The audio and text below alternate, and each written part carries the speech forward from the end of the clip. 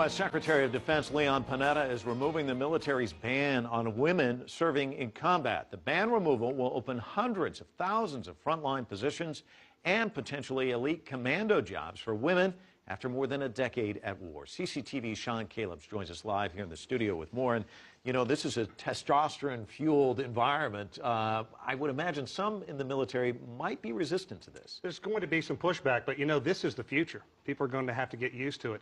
The Pentagon lifting this ban on women serving in the military basically reverses a measure that goes back to 1994. And as Mike mentioned, it could open up some 250,000 jobs for women serving in the U.S. military right now. In some cases, such as artillery, infantry, armory units, it could open up almost immediately. However, in some of the specialized elite forces, like the Special Ops or Green Berets, it could take years. The military has until 2016 to implement this. A lot of women have been pushing for this for a long time, and even they know, look, this isn't going to be universally accepted by men in the military.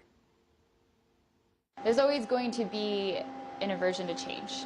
And so the best way to deal with that is to just go and do my job like any other officer would.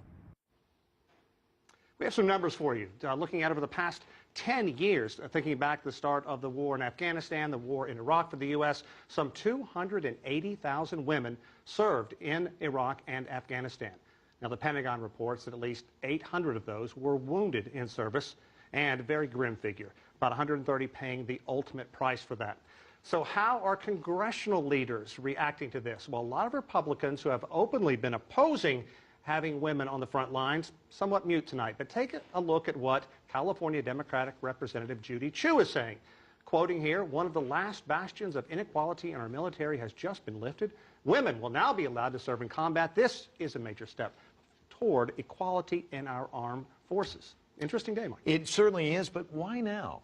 You know, it's interesting. There are probably a number of reasons. Firstly, Defense Secretary Leon Panetta is going to be leaving. He's only going to be in for a couple of more weeks. So this could be a very lasting legacy to him. Secondly, Obama's inaugural address just a couple of days ago, where he went on very eloquently talking about how he wanted equality for everyone.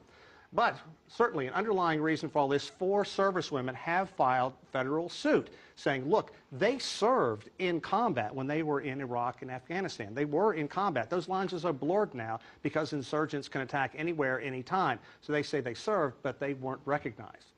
There you have it. Well, thank you so much, Sean, giving us the new face of the U.S. military.